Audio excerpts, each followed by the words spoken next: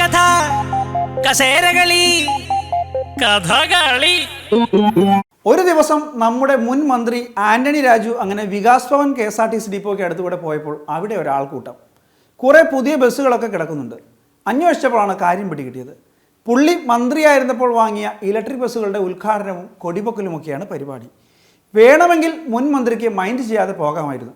പക്ഷേ Swift electric bus അങ്ങേരുടെ കൂടി കുഞ്ഞാണ്. അങ്ങനെ പോകാൻ പറ്റുമോ?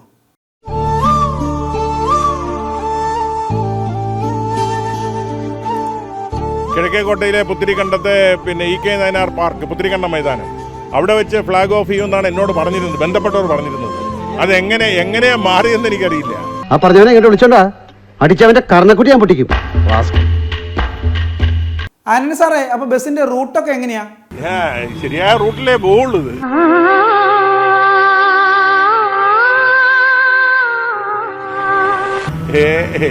ഏതായാലും കണ്ടപ്പോ എന്റെയും കൂടെ കുഞ്ഞായതുകൊണ്ട് ഒന്ന് ഇറങ്ങി നോക്കാതിരിക്കാൻ പറ്റൂലല്ലോ. നിന്റെ അച്ഛൻ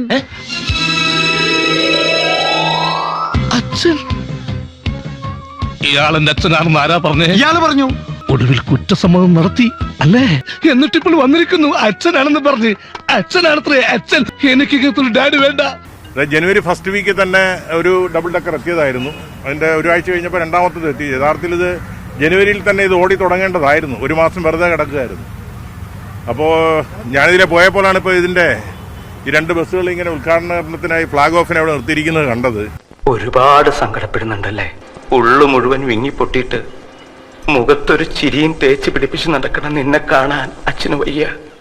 ഒന്ന് കരഞ്ഞൂടെ നിനക്ക്, ആരും കാണാതെ?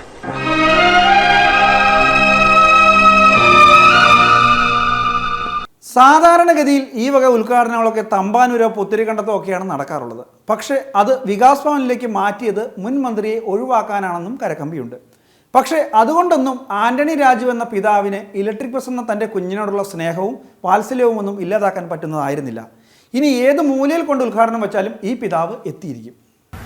അപ്പോൾ ഇത് കിഴക്കേക്കോട്ട, തമ്പാനൂർ തുടങ്ങിയ പ്രദേശങ്ങളാണ് KSRTCയുടെയും നഗരത്തിൻ്റെ ഒരു പ്രധാന ഹൃദയഭാഗം. അവിടെ വെച്ചൊക്കെയാണ് സാധാരണ ഉദ്ഘാടനം.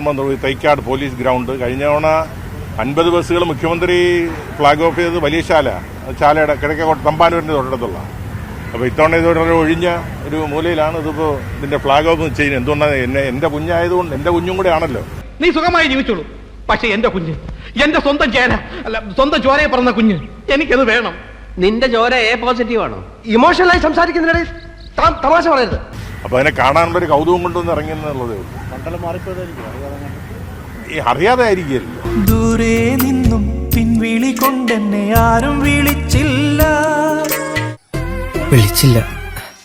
വിളിക്കാതെ ചെന്ന തല്ലെന്നും പറഞ്ഞു. കാണാ കണ്ണീരിൻ കാവലിൻ നൂലിഴ ആരും തുടച്ചില്ല. ഉദ്ഘാടനം മാറ്റാമെന്നല്ലാതെ ബസ് ഓടുന്ന റൂട്ട് മാറ്റാൻ പറ്റില്ലല്ലോ എന്ന ആശ്വാസത്തിലാണ് ആന്റണി രാജു. സ്മാർട്ട് സിറ്റി പദ്ധതിയുടെ ഭാഗമായി വാങ്ങിയ ബസ്സുകളാണ്. അത് തിരുവനന്തപുരം സിറ്റിയിൽ തന്നെ ഓടിക്കണം, അല്ലാതെ പത്തനാപുരത്തോ കൊട്ടാരക്കരയിലോ കൊണ്ടുപോയി ഉരുട്ടാൻ ഉള്ളതല്ല എന്ന് സാരം. ഏതായാലും എൻ്റെ മണ്ഡലം മാറ്റാൻ ഒക്കില്ല. കാരണം തിരുവനന്തപുരം MLA എന്നുണ്ടെങ്കിൽ സിറ്റിയുടെ 28 വാർഡുകളും ഉൾപ്പെടുന്നതാണല്ലോ തിരുവനന്തപുരം മണ്ഡലം. തമ്പാനൂർ ബസ് സ്റ്റേഷനും കിഴക്കേക്കോട്ട ബസ് സ്റ്റേഷനും അവിടെ നിന്ന് മാറ്റാൻ ഒക്കില്ല. ബസ്സുകൾ ഇവിടെ ഇട്ട് ഫ്ലാഗ് ഓഫ് ചെയ്താൽ ഓടിക്കേണ്ടത് അവിടെയല്ലേ പ്രധാനമായിട്ട്. നീ എന്തിനാ അയാളോട് ദേഷ്യപ്പെടുന്നേ? ഞാൻ ആരോടെങ്കിലും കുറച്ച് ഗുണ്ടായുസം കാണിച്ച് ഒന്ന് റിലാക്സ് ചെയ്തോട്ടെ പറഞ്ഞുള്ളേ. ഇതിന്റെ ഓപ്പൺ റൂഫുള്ള ആദ്യത്തെ ബസ്സാണ് ഇന്ത്യയിലെ ആദ്യത്തെ ഓപ്പൺ റൂഫ് ബസ്സാണ് തിരുവനന്തപുരത്ത് ഇറങ്ങാൻ കഴിഞ്ഞത്. ഏതായാലും അത് ഇറക്കാൻ കഴിഞ്ഞതിൽ ചാരിതാർത്ഥ്യമുണ്ട്. എടോ, അവനെ അവിടുന്ന് മാറ്റാൻ പറഞ്ഞിട്ട് അവൻ അവിടെ തന്നെ ഇരിക്കുവാണല്ലോ. ഞാൻ ഈ കണാപ്പനെ മാറ്റിയിരുത്തിയതാ. എന്തോ അലമ്പുണ്ടാക്കാൻ വന്നിരിക്കുക. എടോ, തന്ത്രപരമായിട്ട് അവനെ അവിടുന്ന് മാറ്റ്. സാറിന്റെ പണി നോക്കിയോ, ഇക്കാര്യം ഞാൻ ഡീൽ ചെയ്തുതരാം. ഞാൻ മന്ത്രിയായിരുന്ന കാലഘട്ടത്തിൽ വാങ്ങിക്കാൻ കഴിഞ്ഞുള്ള ചാരിതാർത്ഥ്യമുണ്ട്. പരിപാടിയിലേക്ക് ക്ഷണിക്കാത്തതിൽ വിഷമമുണ്ടോ? പരിപാടിയിൽ ഇപ്പൊ ആര് ക്ഷണിച്ചാലും എന്റെ കൂടെ കുഞ്ഞല്ലേ ഇത്. ആര് വളർത്തിയാലും കുഴപ്പമൊന്നുമില്ല. നമ്മുടെ കുഞ്ഞ് ഒന്ന് കാണാനാണ് ഓടി വന്നത്. Please please. ഏതായാലും കണ്ടപ്പോ എന്റെയും കൂടെ കുഞ്ഞായതുകൊണ്ട് ഒന്ന് ഇറങ്ങി നോക്കാതിരിക്കാൻ പറ്റൂലല്ലോ. അതുകൊണ്ട് ഞാൻ വന്ന് കണ്ടെന്നേ ഉള്ളൂ. എന്തായാലും വളരെ മനോഹരമായിരുന്നു. എനിക്ക് സന്തോഷമാണ്. കാരണം ഞാൻ ഇരുന്ന കാലഘട്ടത്തിൽ വാങ്ങിച്ച ബസ്സുകളാണല്ലോ ഇത്. നിങ്ങൾ കുറെ നേരമായി കുഞ്ഞ് കൊച്ചെന്നൊക്കെ പറയുന്നുണ്ടല്ലോ. എന്താ കുഞ്ഞിന്റെ പേര്? പേരിലെന്തിരിക്കുന്നു? ബന്ധത്തിലാണല്ലോ കാര്യം. സ്വന്തം അച്ഛന് കുഞ്ഞിന്റെ പേരറിയായിരിക്കുമോ? അതല്ല, പക്ഷെ സാറൊന്ന് ആലോചിക്കണം. സ്വന്തം കുഞ്ഞിന്റെ പേര് പറഞ്ഞ് അത് സ്വന്തം കുഞ്ഞാണെന്ന് തെളിയിക്കേണ്ടി വരുന്ന ഒരു തന്തയുടെ മനോവേദന. ലോകത്ത് ഒരു അച്ഛനെ ഇങ്ങനെ ഒരു ഗതികേട് വരുത്തരുത്. അത് പിന്നെ ഇറങ്ങുമ്പോ ഒരു നല്ല ഡെലിവറി അടക്കുമ്പോ ഒരു അച്ഛൻ ഉണ്ടാകുന്ന ഒരു സന്തോഷം ഉണ്ടല്ലോ, അതിപ്പോ എനിക്കുണ്ട്. രണ്ടാം അച്ഛനാണ് ഇനി വന്ന് ഉദ്ഘാടനം ചെയ്യുന്നത്. ഏതച്ഛനായിരിക്കും എനിക്കറിയില്ല. How many mummies and daddies do you have? I want a complete list before sunrise. Okay. ഞാൻ ഈ ബസ്സിനെ പറ്റി പറഞ്ഞപ്പോൾ നഷ്ടമാണെന്ന് പറഞ്ഞു എന്ന് പറഞ്ഞിട്ട് നഷ്ടത്തെ പറ്റിയൊന്നും ഞാൻ പറയുന്നത്. പക്ഷെ ഇപ്പോൾ ഓടുന്ന കണ്ടീഷനിൽ ഏതാണ്ട് പകുതിയോളം വണ്ടികൾ 0ക്ക് താഴെയാണ്. അത് മാറ്റും. പാവം അയാൾ കരഞ്ഞുകൊണ്ടാ പോകുന്നത്. അവൻ കരയണം, എന്നാലേ അവനൊക്കെ പഠിക്കൂ.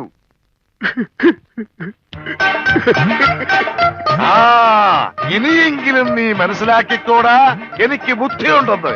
മണ്ട പൊട്ടനും പോയി മണ്ടനും പോയി ബോട്ടും കിട്ടി. നമ്മള് മുഴുവൻ റീഷെഡ്യൂൾ ചെയ്യാൻ പോകാൻ, മൊത്തം റീഷെഡ്യൂൾ ചെയ്യുമ്പോൾ എല്ലാ കൗൺസിലർമാർക്കും അതിൽ പങ്കുചേരാം.